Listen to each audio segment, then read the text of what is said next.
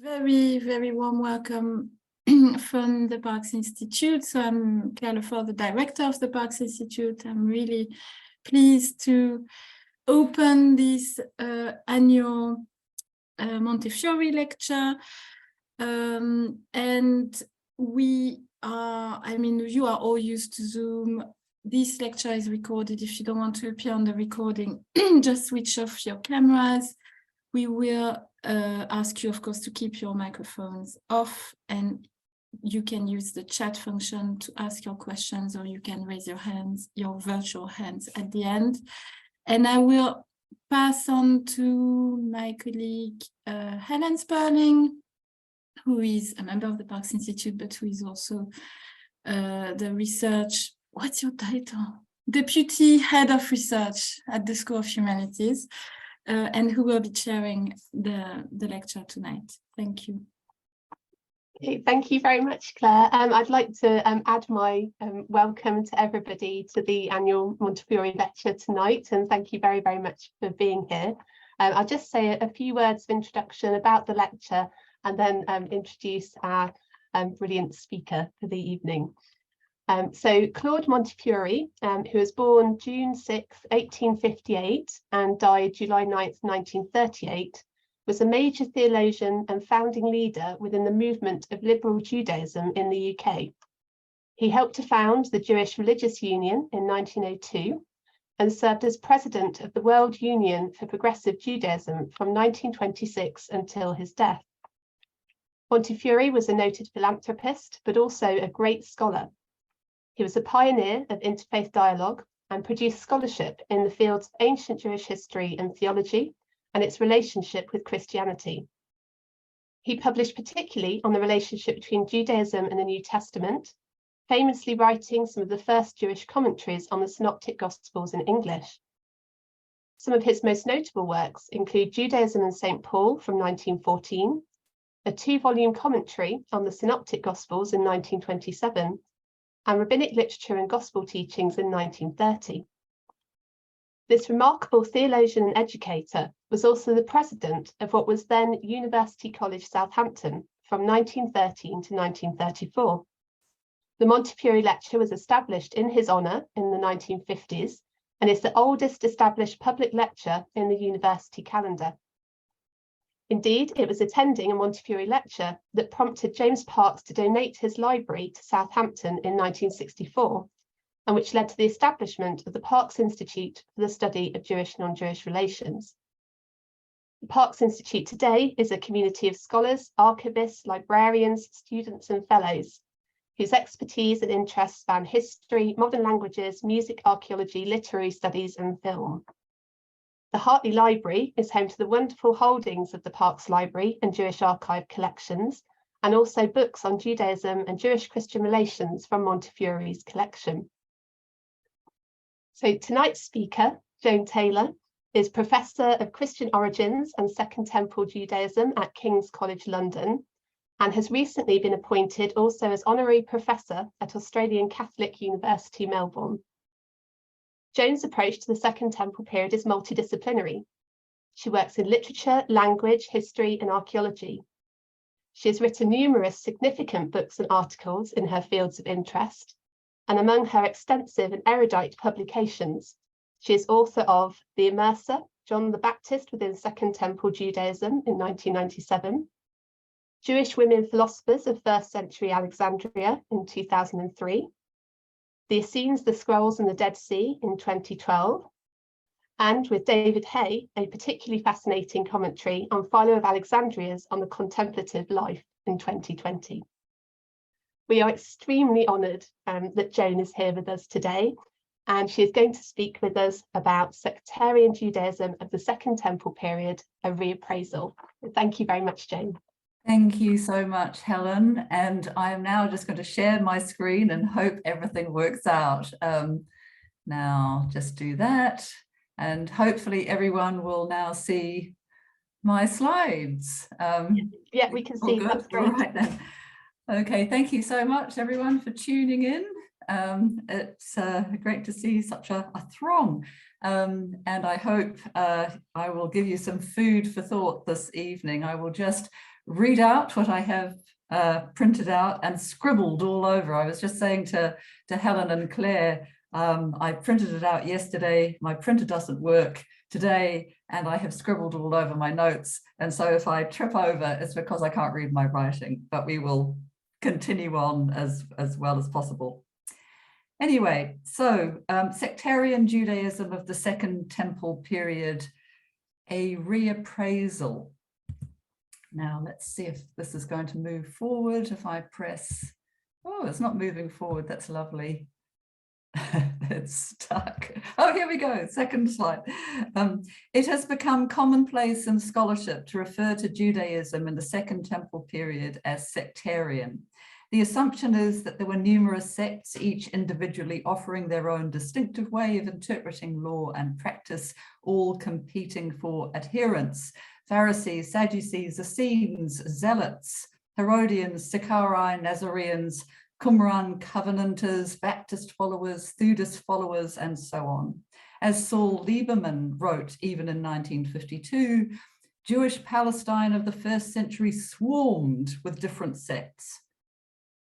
The idea is that these sects arose initially in the mid-2nd century BCE at the time of the Maccabean revolt. Thus, we have Albert Baumgarten's important book of 1997, The Flourishing of Jewish Sects in the Maccabean Era.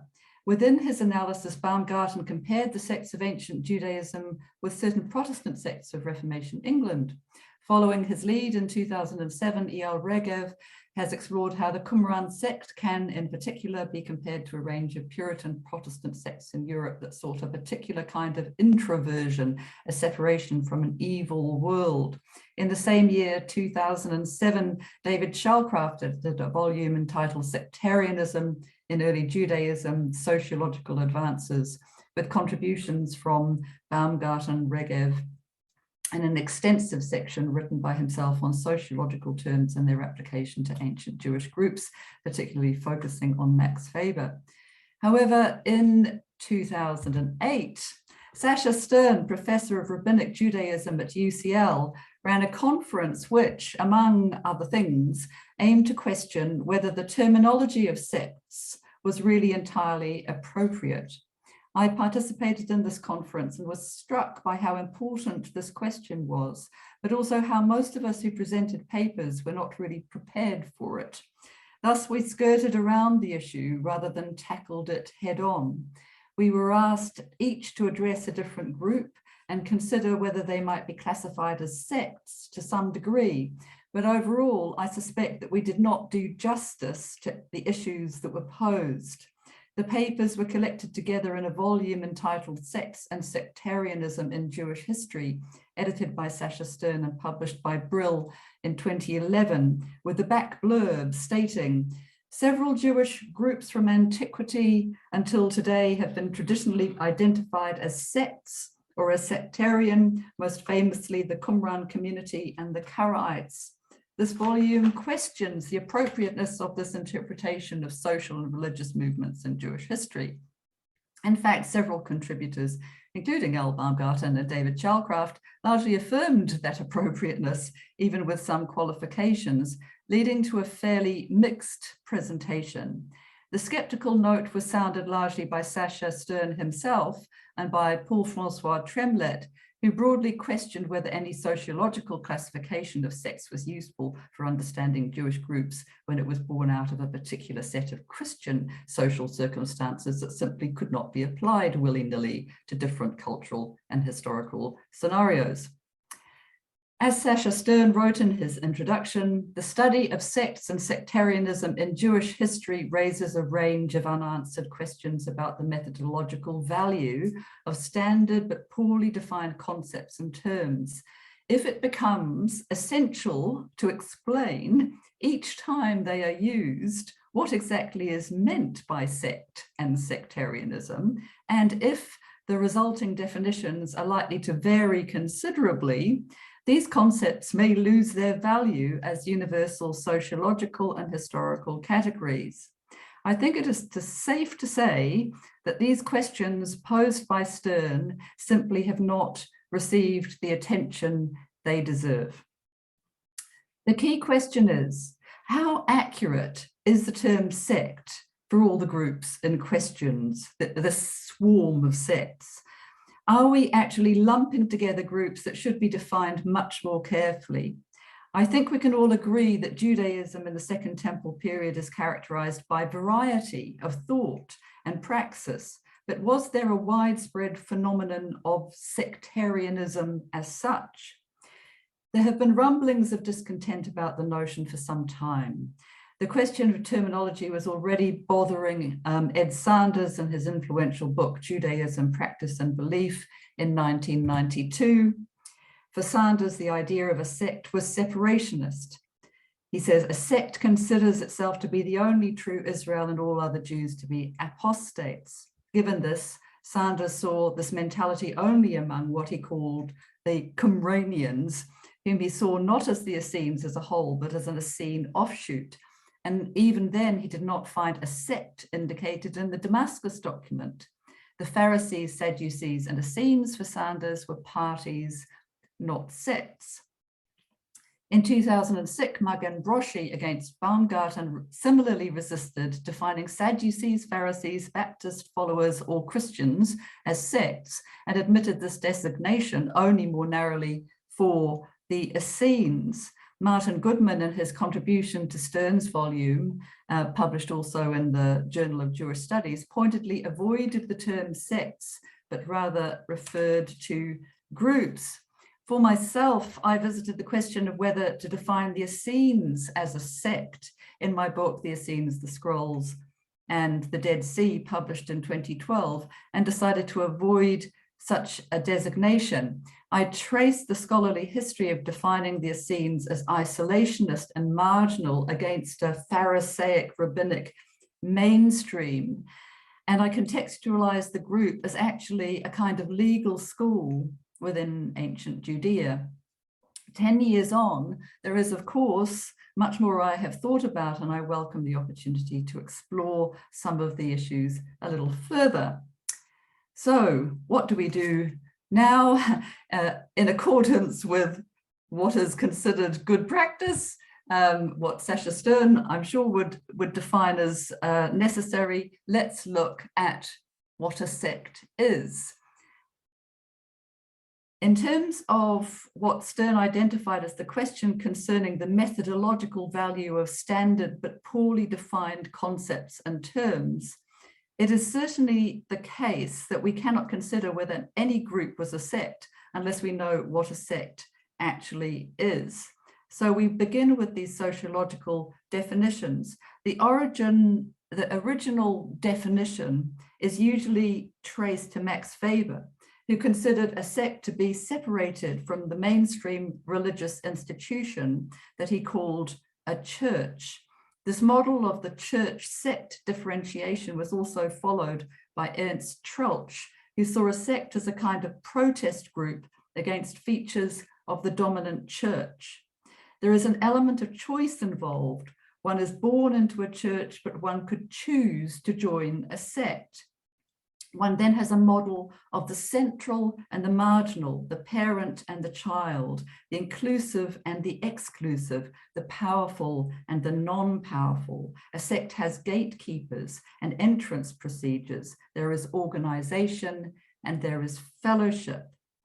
In the 1950s, though, the differentiation between sect and church and also the fundamental categories started to become a subject of critique.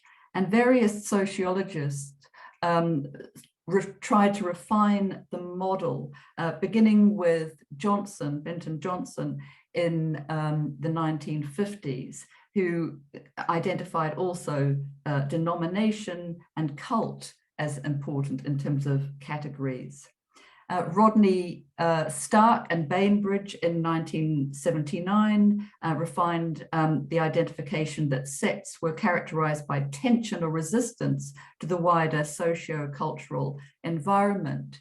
But there were also people that simply wanted to throw out the very identification of sect. So Alan Eister in 1967 critiqued the model of church sect as essentially simplistic and not at all scientific, and had various other concerns and identified that there were far too many variables in defining particularly new religious movements for this kind of category to be useful in any way. Brian Wilson in 1990 redefined a sect, who really worked on redefining what a sect is and nuancing what a sect is, still in the sense of the mainstream and the marginal, but in line with an understanding that a religious sect broke from wider secular norms rather than this definition of a church in Weberian terms. A sect was exclusive from these wider norms and existed in tension with the more powerful world. Joining it was voluntary, and it had boundary maintenance, entry, and expulsion procedures. He also noted it as defining social identity for its members. Furthermore, he noted the strongly Christian concepts underlying the definitions of both Weber and Troeltsch, and stressed that it is important not to project onto bodies outside the Christian ambit characteristics that are part of the cultural baggage of Christian religiosity. By the 2000s, the definition of sect stressed the dimension of opposition. Fred Kniss and Paul Numbrick, in their book Sacred Assemblies and Civic Engagement, said a sect opposes or is in tension with some group that is dominance. They identified the maintenance of the integrity and truth of the sect as preserved by boundary protections. However, new sociological models have created even more nuance. David Bromley and Gordon Melton in 2012 swept away the categories of sect, denomination, cult, and church, and characterized religious organizations by means of their indicators of cultural and social alignment, dividing religious groups in North America into the categories of dominant tradition, sectarian tradition, alternative tradition, and emergent tradition. The features of sectarian tradition groups are characterized by tension, again, with dominant institutional groups. So the problem is, according to Bromley and Melton also, that the category of sect and cult is so enormously critiqued now that so many people who work outside North America or Europe in terms of defining different groups point out criticisms including socio-cultural and historical boundedness of the terminology, the ideological orientations of the original terminology, this profusion of types and subtypes in terms of the terminology, and inconsistency in the criteria for defining different types of religious groups. So overall, there's a bit of a mess in terms of sociological definitions of what a sect is. The definitions are continually contested. Fundamental to all, though, is a notion of resistance to a dominant hegemonic social structure or hierarchy, however defined. A religious sect does not sit within the category of running society, nor would they be highly respected by that society as authority figures. Other features such as fellowship or boundary maintenance may well obtain, but their situation of marginality is built into the definition. But in terms of modern studies of what used to be called sects, we have the new terminology of new religious movements, NRMs. But it's just striking that we don't have old religious movements as a corresponding sociological category for defining what has taken place in the past. And we have nothing really fantastic in terms of defining what is outside the Western world. In fact, there's very frequent critique from scholars working outside the Western tradition in applying these categories of sect. They do, but not with a lot of qualifications. So, for example, in an article of 2002, Jeff Kenny identified the problematic application of the European typology of sects to groups in the Islamic world. As Kenny notes, the study of sectarianism in the West began as a way of mapping out religious deviance defining sects as those who differed from the true faith represented by normative society and the political establishment. He notes the move to a more objective study in Brian Wilson's model, but deviance was still implicit in that a sect moved away from the wider secular society. Such models, says Kenny, proved ineffectual when applied to non-Western societies, for the knowledge it imparted about sects was still the result of historically determined cases abstracted to the level of universal types. That is, the types reflected the cultural reality that they're supposed to explain. As a response, sociologists today recognize that any useful theory of types must be rooted in the historical, social, and political environment that is under investigation. In short, following Kenny, we need to create typologies of phenomena in the past from the actual types of groups and societal contexts of the past, in this case, from ancient Judea itself. While comparisons between Protestant Puritan sects and ancient Judean groups may well provide some interesting correspondences, we are not comparing like with like, given the wider cultural and social environment of Judea in the Second Temple period is completely different from Europe or North America in the modern era. So let us look at Josephus and the sects. So how did we get the idea that any of the groups identified in our historical sources within Second Temple Judaism should be designated as sects? For the concept of sects, it's very hard to say, we must look primarily to Josephus, writing around 73 CE in his 7-part work on the Judean War, and in the 90s in his Antiquities of the Judeans, as well as his life. In War II, Josephus explains that there was a new hierarchis that was of Judas the Galilean, which was additional to the 3, emphatically the 3, that had hitherto represented Judean philosophy: the Pharisees, the Sadducees, and the Essenes. He seems to have reluctantly counted the 4th philosophy with the others only when the Judas group took charge of Judean government during the war of 66 to 70 CE. He explains briefly what these hierarchies were about. They were, he says, philosophies, but Josephus also defines them as suntagma or tagma. While previously I suggested this is military language, which it can be, and we can see that in Xenophon and in other writing, it is important to note that in inscriptions, tagma is particularly associated with civic functionaries, including members of local councils. And I give you this picture of a Bulutarian to underline the fact that this is the sort of language that would have been understandable to Josephus readers as indicating that someone could be associated with a council as a civic, playing a part in civic government.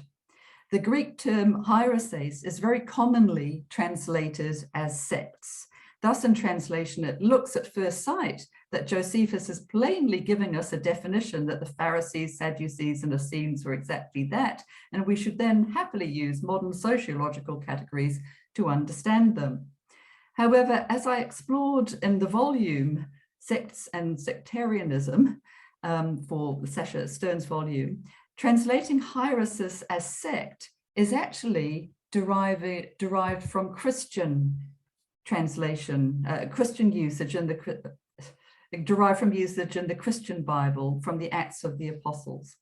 The word hierarchis in ancient Koine Greek has a basic meaning of a choice, but can also refer to a philosophical or medical school of thought, as elsewhere in Josephus. In the context of Paul's trial in Caesarea, the disciples of Jesus are described by the Rhetor Tertullus as being a hierarchis. Paul defends himself by referring to the way that they call a hieresis. He actually appeals to the fact that it is discussed as a legitimate hieresis, a choice in order to make his own defense. At the end of Acts, the Jewish elders of Rome note that about this hieresis, it is known to us that it is spoken against everywhere. Also apparently conceding that the way, the teaching of Jesus, the philosophical path of Jesus, is a hieresis, and the elders listen to Paul fairly and debate with him. In Acts, with Josephus, the term hieresis also describes the Pharisees in Acts 15:5 and 26:5, and also the Sadducees in Acts 5:17. Together, quite explicitly, they sit in the council under the authority of the high priest, defined in its totality as being one part Pharisees and another part Sadducees. The council is an advisory group to the high priest at the very heart of government. The Nazareans, the Christians, are also compared with the followers of Theudas and Judas the Galilean in Acts 5. However, notably in this instance, these other groups are not called hiereses. What distinguishes a hieresis in Acts seems to be a body of teaching and interpretation that can be discussed, as we have in Paul's disputations with the elders of the Roman Jewish community.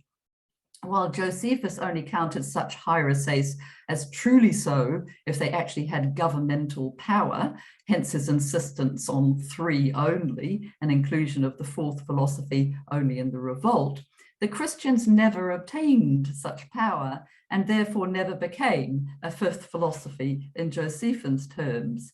But Acts reflects an idea that at least some in Judean society were willing to countenance that the hieresis was a way of defining them as a philosophical school of thought. When Acts was in the 4th century translated into Latin in the Vulgate, however, the term sector was used for the Greek word hieresis. This was quite appropriate because in Latin sector, like hieresis, referred neutrally to a line followed in politics or philosophy, or a way of life connected with, for example, philosophical schools. Thus, following the Latin in the influential King James Version of the Bible, first printed in 1612, the Greek term hieresis in Acts was rendered in English as sect. Its terminology was brought into William Whiston's translation of Josephus' works published in 1737, where hieresis, referring to the Pharisees, Sadducees, and Essenes, is also found translated as sect. And there we have it. However, already in English at this time, the word sect was beginning to become negative and separatist, unlike the Latin. As Johnson's Dictionary of 1755 has it, a sect is a body of men following some particular master united in some settled tenets, though he adds a little cautionary note that it is used often in a bad sense. Furthermore, there was a new word, sectarism, defined as disposition to petty sects in opposition to things established, with the example of King Charles I's denouncement of Presbyterianism as opposed to Anglicanism. Nothing hath more marks of schism and sectarism than this Presbyterian way. The English language then had introduced an idea into the concept of sect that is wholly missing in either Greek or Latin of the time of Josephus, as a result of needing terminology to define deviant Protestant groups. The same semantic evolution was taking place in German with the equivalent word sector. In Adelung's German Dictionary of 1793, the term sector is noted as having an older, neutral sense of a society of several members, differing from what other similar societies by some doctrine or opinion. But more commonly, it meant a society of several members which differs from the society of similar judgments, held to be true and genuine by having erroneous teachings and opinions. Thus, already in the 18th century German, sector had the sense of the marginal and the false. Abelung rightly identified, though, that this is different from the Latin sector used in good, at least in different ways, thus equating better, he said, with a parte or Gesellschaft, a party or society. This shift paves the way for sector for Max Weber. As noted, Max Weber famously theorized a religious model of a central and inclusive group that he called church and a marginal exclusive or separatist group he called a sect. He largely focused on Protestantism in Europe, yet in his study of ancient Judaism, he indicated that the Essenes, the Therapeutai, Sadducees, Pharisees, Christians, and rabbis all should be understood as sects in this way, because they all separated themselves in some ways from other Jews. Given the shift in the meaning, the term sect no longer reflected ancient usage as neutrally equated to a philosophical, medical, or jurisprudential school, as in Latin sector, but rather to a modern concept of a marginal or separated religious group. This presents us with a problem, because we read hieresis as sect whenever we read Josephus, for example, in the influential Loeb editions of Josephus translated by Thackeray. If we read either Greek hieresis or Latin sector as mapping onto what we now understand as sect in sociological terms, for all its woolliness, we are not reading either Josephus or the Acts of the Apostles correctly. We are distorting our material with a monumental anachronism. Thus, the key problem about using the language of sect in relation to the Essenes, Pharisees, or Sadducees of Josephus is that it's still premised on a Weberian concept of a separation between what is central or normative and what is marginal and particular. And the theory conceptualizes a purely religious construct and not a national one. Weber was more interested in defining how Jews became a pariah people, a concept that is deeply problematic, as Montmiliano well defined, in that it ignores autonomous Jewish nationhood, to say the least. The criteria of any protesting or tensely separating group as defining a sect is also questionable, since then any group who aims for a higher standard in excellence, say purity or morals, might then be classified as being a sect. Having a group boundary, common meals, rules of conduct, or entrance procedures actually does not imply a sect. All manner of voluntary associations in the ancient world had these. While in modern democracies, a party wins by democratic votes, in ancient Judea, a party won by the decision of the high priest. But to stand on his advisory council, put these groups in the heart of Judean government. An opposition party in a nation run according to religious law should not immediately be classified a sect in our terms. Clearly, the Essenes were not able to enact the legal decisions they wished for in Judean courts of law or the temple. Their fury against those in power, or even periods of self-exile from juridical or cultic frameworks, may likewise not necessarily render them a sect. So let us look at Josephus, and I show you these two pictures of Weber and Josephus looking quite remarkably similar, actually. But the picture of Josephus comes from a wonderful manuscript in Paris from the 9th century. Josephus did not present Judaism as a religion so much as he did Judea as a nation and the history of that nation.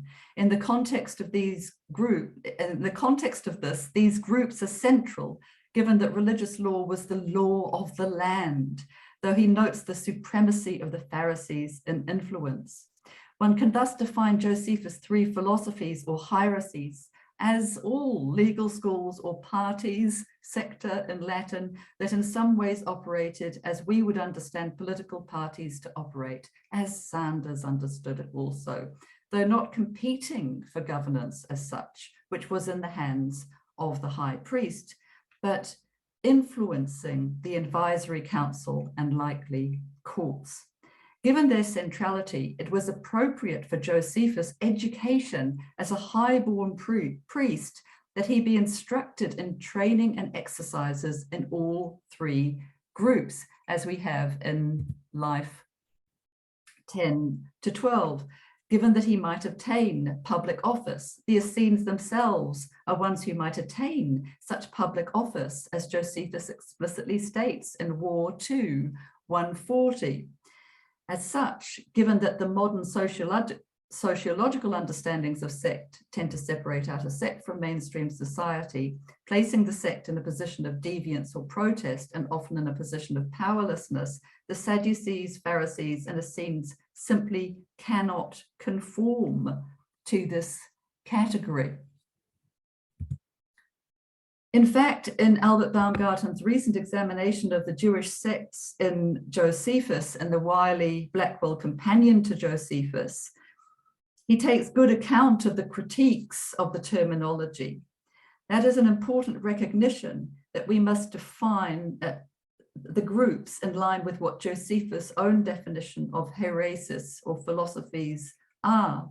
But if the term sect to us might lead us still, if we still use the term sect as Baumgarten still thinks is possible, we still might fall into traps. He says, I therefore propose redefining sect so as to be appropriate to Josephus' heresies or philosophies.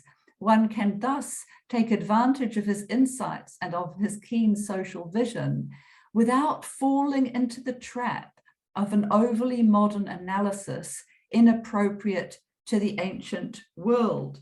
But the question is, if there is a trap of an overly modern analysis inappropriate to the ancient world, should we actually use these categories at all? So let me turn now to my friend Philo of Alexandria, who's also given a portrait beautifully in this lovely 9th century manuscript of the Sacra Parallela. He's always younger than Josephus. Josephus has got grey hair and Philo is a young man with black hair. What do we see in the writings of Philo of Alexandria? Can this help us in terms of defining who these groups were? Philo, unlike Josephus, is primarily concerned with Judaism as a comprehensive philosophy in a diaspora context. There are not three philosophies in the way Josephus describes them, let alone hiereses. Jews are one people wholly devoted to one philosophy, instructed by the most holy Moses, the philosopher king, via customs and laws, educated and meeting to study the philosophy in synagogues, with Israel defined as one who sees God. For his predecessor Aristobulus, Judaism as a whole could be defined as a hieresis, a choice or philosophical school. And as David Runier has argued, that model of the school of Moses lies behind how Philo presents Judaism overall. In Philo's writings, the term hieresis is not usually found with a sense of school, but simply as a choice. It is the choice between good, evil, or indifference, or between other choices, or a specific choice of virtue, but it is used specifically of the Cynic school or choice of philosophy, and likewise in terms of the therapeutized choice of lifestyle. Unlike Josephus and the New Testament, Philo does not mention the Pharisees or the Sadducees. He does, however, mention the Essenes at some length in his work, Every Good Person is Free, Probus, and in the Hypothetica. One might ask then, given his understanding of Judaism itself as a hieresis, if the Essenes are not specifically a philosophical school, what are they exactly? Are they a deviating marginal separationist group?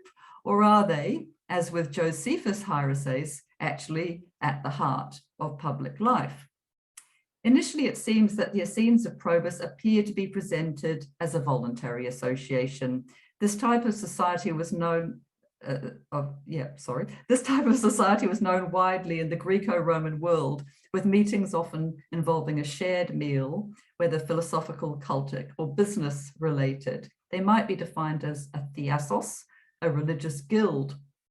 All such societies had rules for managing members, entrance procedures, and so on. So this kind of structure would not need to be particularly explained by Philo.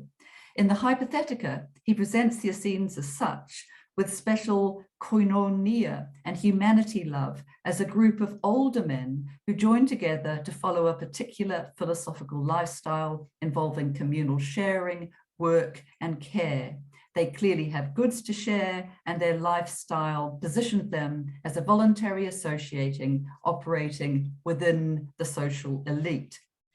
Philo shows them as a group of philosophers, and he uses the language of philosophy, but the philosophy in question is that of Moses and the ethnos of the Judeans as a whole. The Essenes are simply the best representative of the philosophy of Moses: pious, ascetic, controlled, orderly, enduring, frugal, simple living, content, humble, respectful of the law, steady and humanity-loving, eschewing property ownership and hoarding of money, Sabbath-respecting, studying the law, practicing virtue, and so on. They are esteemed for all this. They are given a name of special honor that Philo sees as etymologically linked to the term hosiotes, piety or holiness. As such, their naming indicates great public esteem. This public esteem again invites us to see them as publicly acknowledged. In the Hypothetica, the esteem of the wider population is underscored by mention of how both great kings and ordinary people provide them with approvals and honors. This also suggests that they have high social status in receiving royal honors. In Philo, there is nothing that indicates that they are separatist or keep to themselves. In Probus 80, Philo can say of the Essenes, they engage only in that part of philosophy which concerns the existence of God and the creation of the cosmos. They elaborate especially the ethical part, using as their trainers the ancestral laws. As with Josephus' definition of the centrality of the three schools, important for his education as a future leader, the Essenes here are concerned to define ancestral law in a way that is absolutely important. This takes us back again to Philo's comment at the beginning of Contemplativa 1, that the Essenes represent the active life of this philosophy. Given the Stoic model of the active and contemplative lives, this asks an audience to imagine them in public life, rather than engaging in a contemplative existence withdrawn from society, as in the case of the Therapeutae. The Stoic active life was one of public life in politics and in work, while the contemplative one was withdrawn from the public life so as to focus on private study and philosophy. Philo defines the Essenes within Syria, Palestina, living in Syria, Palestina, namely Judea. Indeed, while the Therapeutae are placed in a particular location, so too the Essenes, but the comparison points to a completely different scenario. If we ran the locations on a kind of ancient Google Earth, we would get to one precise little spot, a country villa retreat by Lake Mareotis for the Therapeutae, but a whole country for the 4,000 Essenes. That they do not exist outside the nation of Judea is in itself an indication of their involvement in that nation. Philo defines them as living in villages, which might make us mentally think of far-flung locations far from Jerusalem, but defining them as living in villages rather than cities is meant to illustrate their wise choice in philosophical terms. Philo himself found cities bothersome, as his comments of the negative effects of city life in Contemplativa 19 well illustrate. Furthermore, a village location is actually perfectly consistent with public life. Jerusalem was in the Roman period surrounded by villages, Bethany being the most famous, given its appearance in the Gospels. Within the same radius from Jerusalem, a mere 4 kilometers, lay villages we know from sources as Bethphage, Agrippa, Bisantia, Bahurim, Nephtoah, and there were several more beyond 4 kilometers. If Jesus could commute from Bethany to Jerusalem on a daily basis, so could an Essene, and so this mention should not be read as indicating that the Essenes in any way rejected the holy city. So further, Philo presents, yes, I've lost my place, I've lost my description of a particular kind of Essene synagogue meeting on 7th days and their education, which includes not only piety, holiness, and righteousness, essential components of synagogue education elsewhere, but a focus on politikos and oikonomia in Probus 83. And this is very important because on Joseph 38, he says, for the future statesman, a politikos, needs to be trained and practiced in house management, oikonomia first, for a house is a compacted city and small and house management may be identified as a kind of state management, politeia, as also a city is a great house, so state management is a kind of house management for the public. So in simply talking about them as being focused on oikonomia and politeia, he is talking about them as training themselves for civic administration. Philo's readers or hearers would have been alert to such terms because the necessity for statesmen to study house management was already laid out by Plato and Aristotle, as Diogenes Laertius would very similarly say, house management, oikonomia, is a special case of state management, politeia, on a small scale, because state management is house management in the state and house management is state management in the house. Therefore, these terms are strikingly civic, and indeed neither terms appear in regard to the contemplative community of the Therapeutae. Philo's own understanding of politeia can be examined in terms of both an ideal city and the issues he grappled with in defending the Jewish politeuma in Alexandria, but overall he avoids describing governance in Judea except when it is bad. But the category of politeia mentioned here is an important indicator of the Essene active life. I'm going to jump forward a little bit because I don't want to take up too much time. As I have explored previously, Philo ends his description of the Essenes by noting that they have had troubles in the past and had to negotiate some of Judea's more savage rulers very carefully. The throng of the Essenes survived their abuses against their fellows, which included bodily mutilation. Whoopsie, I've been jumping forward. I should have jumped forward that slide.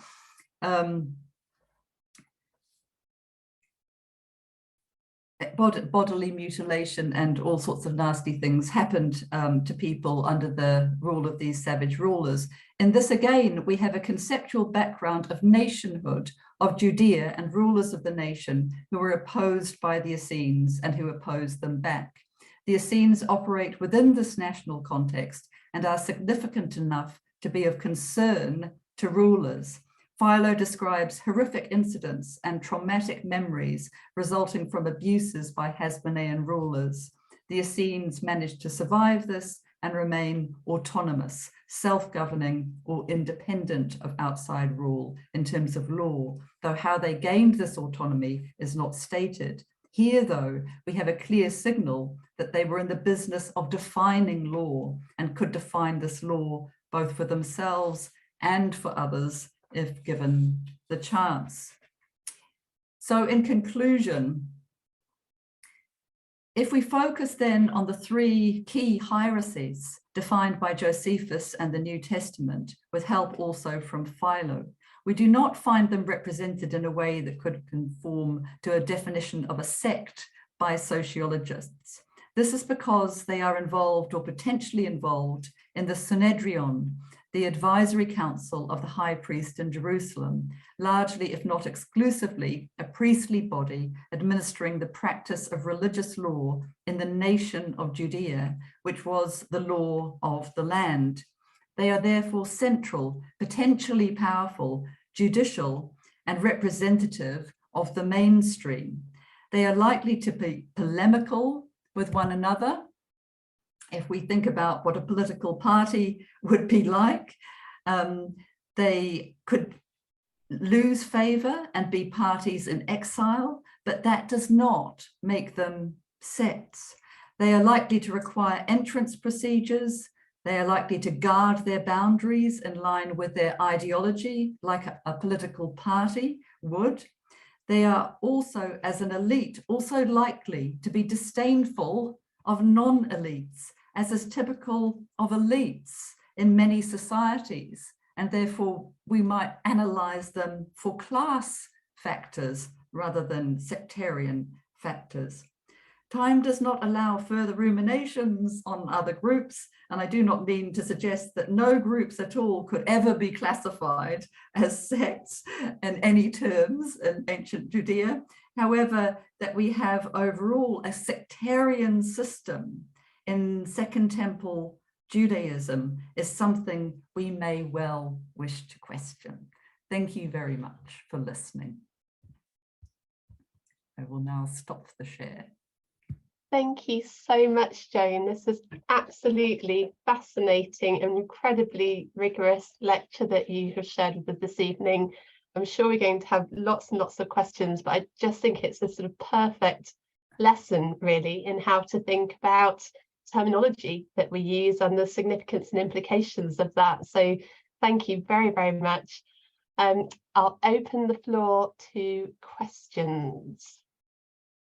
We open the chat so I can see. So I can see we have one question in the chat already, and perhaps just to say to the audience, please do either type questions in the chat that you wish to ask, or feel free to raise your hand if you would like to voice your question.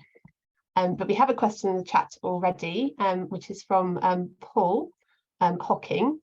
What do you think of the other uses of hieresis outside of Acts? So 1 Corinthians 11:19, Galatians 5:20, 2 Peter 2:1, which all seem to fit the negative separatist nuance. I think if you have a kind of automatic presupposition of negativity that it might read as negative, all sorts of polemical things can take place. And as time goes on within Christianity, hieresis definitely becomes negative. So that does complicate issues. And I kind of wanted to bracket those out because, of course, that's what our word heresy derives from hieresis. So the question is, at what point is a hieresis a heresy in terms of the designation by a kind of in-group defining the out-group as a heresy? And I don't know, I don't know, but the thing is that in terms of Josephus, that's not how it's used. In Philo, that's not how it's used. And I don't think it's used like this in the Acts of the Apostles. It's not like the Pharisees are a heresy. And it's used in this more expensive philosophical school type of meaning. Yeah, thank you very much, Jane. That's brilliant. I have a question while we're waiting for people to collect their thoughts. I think you've done an amazing job of deconstructing our translation of Josephus using the terminology of sect. So I would ask, what should we use instead?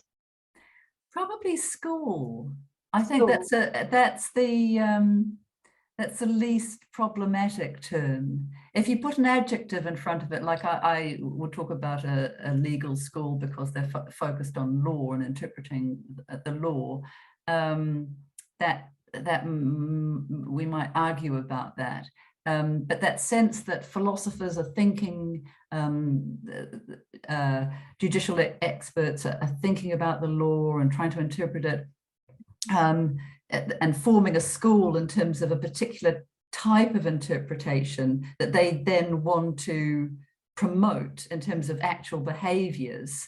So it's that sort of concept of an ancient school, which overlaps with a voluntary association, because philosophers gathered together and they could live together like the Pythagoreans did. So there's nothing there's nothing necessarily equivalent in modern society. You know, if someone can find something equivalent, that would be great.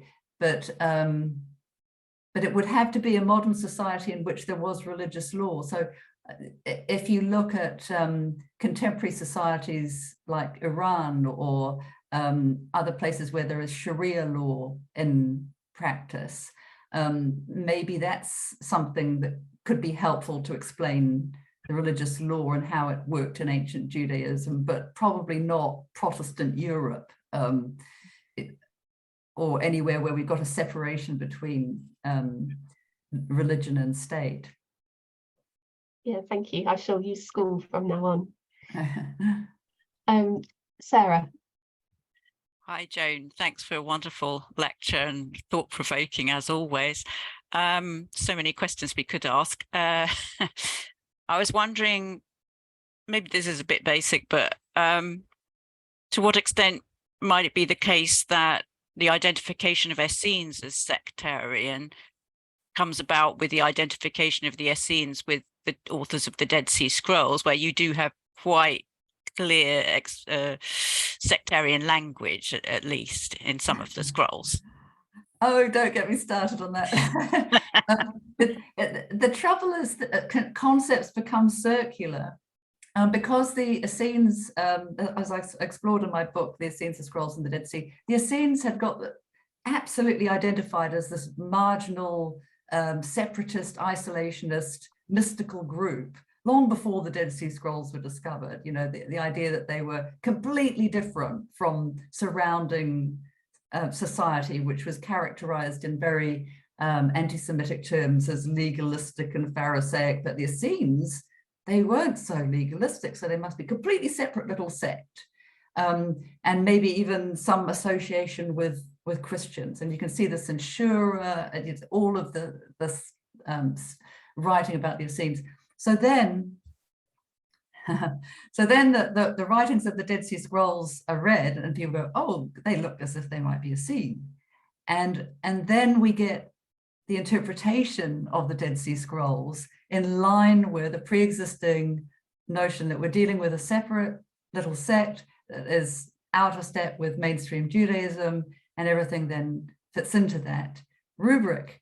But I actually, you know, I've started to write on this, and it's not something that I have read out. You know, I was going to touch on it, and then I thought, no, this is a huge topic in itself. But if you change the underlying paradigm in terms of your reading of the scrolls, then things go in a strange direction, or not strange direction, but an alternative direction, in that if you think of them as a party that is out of favor, if you think about the kinds of things that was happening during the Hasmonean era, you know, if you just did a kind of creative exercise and said, well, okay, what if they're written by the followers of Antigonus Mattathias, you know, and feeling incredibly aggrieved about what just happened in Jerusalem and to his father, and wants to make friends with the Parthians and really hates everybody who's taken control in Jerusalem.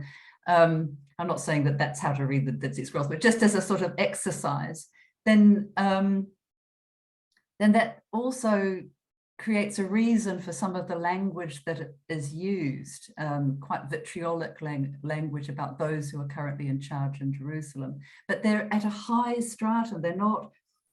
They're being. They're not in power, but they feel they should be in power. They should be the ones who are controlling things. So it's so difficult to know whether really to define them as a sect or whether to define them as a very aggrieved opposition party who've gone into exile in terms of some of their writings. But then other writings just sort of seem to comfortably claim authority in terms of how the temple should be run, you know, as if that's what they do and that they should do. You know, there's a sense of privilege and entitlement. Anyway, that's the question. Thank you. That's really interesting. Thank you. Thank you very much, Joan. I just think if you have any more questions, please feel free to raise your hand or put something in the chat. I do have another question, if I'm allowed. Yeah, you're allowed, Sarah. And it's on a totally different subject, but one that Joan's written a lot about, which is this group of people who are described by Philo in one of his treatises, and modern scholars have given them the label the allegorical extremists, or that sort of thing. A group of people who of Jews in Egypt who are said by Philo to define themselves by having an approach to observance of law through a sort of allegorical spiritual interpretation rather than observance. But Philo actually does describe them really in terms of people who've cut themselves off from the community. So I think it's an interesting example of him thinking about what we might call sectarian, a group of people who've cut themselves off, but don't necessarily, I mean, I know there's questions about whether they even existed and so on, but... Well, oh no, I do think they existed, and yes, you can. Oh, so do I, but yeah. read all about it in my commentary. But you see, I don't think they cut themselves off either. I think they lived a lifestyle of philosophical excellence in this villa outside Alexandria, the way Philo describes them. And he wants to describe them as representing the contemplative life, because he's got this sort of active life of the Essenes and the contemplative life to represent these two sides of excellence in Judaism. You know, they are the peak representatives of the excellence of Judaism. So in both cases, he needed people who would be acknowledged by other Jews as really fantastic rather than a separation, a separatist group. And the fact that Philo, I think, it sort of implies that he visits them and knows how they do things, indicates a certain amount of contact with the others in Alexandria. They're only just outside Alexandria. And in fact, in my commentary, I identified that there's a kind of acknowledgement of that kind of person in Alexandria in a lot of his different writings, the people that really want a contemplative life, that live a more ascetic existence. They might do it in their own houses in Alexandria, but they've got the same sort of language he uses for the therapeutai, he uses for those who withdraw a bit and focus particularly on philosophy. So I think there's a group within Alexandria from which these people have come out to live in a kind of retreat, and sort of decide at some point in their lives they're just going to be in this retreat, but they do have a lot of connection with the rest of the community in Alexandria as well, and they're respected by that community. Thank you. Thank you very much. Do we have any more questions in the chat, or not at the moment? I'm going to ask another question. This one is a little bit out of ignorance, but I was wondering, is there a sort of prehistory to the word hieresis before Josephus and Acts, and if so, what sort of implications that has for our understanding of the word, or is it used in those texts for the first time? I mean, Aristobulus, as I said, does use hieresis in terms of Judaism as a whole, within the school of Judaism, within the philosophical world of the Mediterranean. But I think that, frankly, it just has this broad reach of choice. So this question of voluntarism, which is part of the sectarian definition, that you can voluntarily join a sect, and that's true, but you can voluntarily join a lot of different groups. It doesn't necessarily mean that you're out of step with wider society because you voluntarily join a community, and certainly in the ancient world you could voluntarily join guilds of all kinds and have common meals or funerary associations and pay money to ensure that you get a nice tomb and burial, Montefiore burial. So that a lot of the things that define exactly what a sect isn't exclusive to a sect. So if you don't have something really exclusive, how it all starts getting very, as I said, woolly. You know, it doesn't hold together very well in terms of a definition. But I don't know when the first instance was of using hierasis for a philosophical school. I'd have to go through Little and Scott and find exactly when people used it in that sense. Yeah, thank you very much. Okay. So I think if there are no more questions, then we can probably draw things to a close. So let's have a last call for any questions. Make sure I've not missed anything in the chat. Yeah, so just it falls to me then to say thank you so much again, Joan, for this lecture. I mean, I've learnt so much this evening, thinking about the terminology and how we should understand it, which actually I think we can just apply to all different uses of terminology, and our need to actually really understand the history of words and actually how they have been subsequently used and understood, and the implications then for our use of such terminology. So thank you so much for this. I really enjoyed it, and I can see that there's lots of hands clapping around the room at the moment as well. So thank you very much for joining us, and I'll hand back to Claire for a final announcement. Thank you for having me. Yeah, well, thank you. Adding my thanks, and it was so clear and so convincing in a way, and so interesting that actually you've answered many questions already in your lectures. So very many thanks for indeed a very rigorous and fascinating lecture.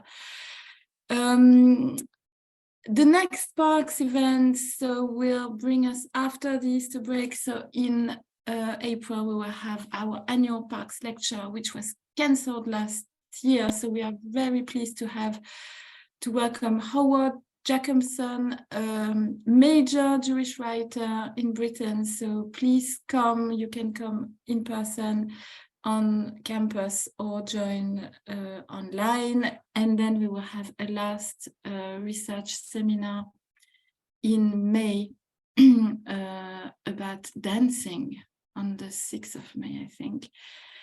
Dangerous Attraction, Mixed Sex Dancing on the 9th of May. You can find all the information on the website and on the chat. Have a wonderful evening, and many thanks again to Joan and to Helen for chairing the lecture, and to all the questions. Bye-bye, everybody. Thank you Thank you very much.